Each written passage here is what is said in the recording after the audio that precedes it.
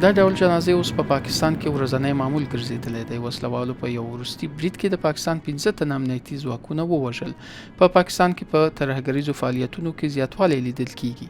تیر کال د ترهګرۍ اړوند څه باندې 300 پیښو کې تر اوسه ډیر انسانان ووژل شول، چې دا د یو کال مخکې یعنی 2022 کال په پرتله د پام وړ زیاتوالی و.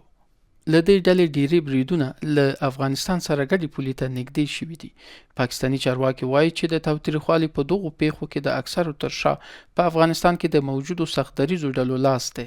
د اسلام آباد حکومت پر افغان طالبانو تور لګوي چې د پاکستان تحریک طالبان وسلوالو ته خوندي پټنځایونه برابروي، خو په افغانستان کې د طالبانو ادارې په وار وار دغه تورونه رد کړي دي. افغانستان هم له دا ډول بریدونو سره مخامخ شوی دی. د اسلامي دولت ډلې پورې اړوند د داعش خراسان څانګې په 2021 کال کې د کابل په هوایي ډګر کې له بمي بریدونو نیولې، بیا د ډیر شمېر نورو بریدونو مسؤلیت هم منلی دی. همدغه ډله په پاکستان کې هم عملیات کوي. نوموړې ډلې تیر کال په پاکستان کې د یو سیاسي ګوند پر غونډې د برید مسؤلیت په غاړه واخیست چې په لسګونو کسانو ته مرګ ژوبله واړوله.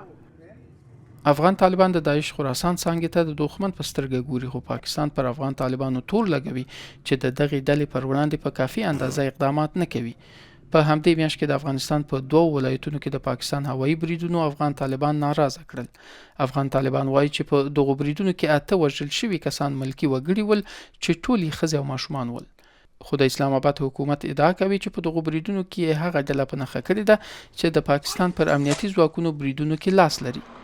پاکستان ډیری وختونه د دا ډول دوه اړخیزو تشنجونو پر مهال په مختلفو طریقو خپل غبرګون څرګندوي، چې په دې کې د دواړو هیوادونو ترمنځ د سرحد بندول هم شامل دي، چې له امله یې د زرګونو افغانانو ورځنی ژوند اغیزمن کیږي.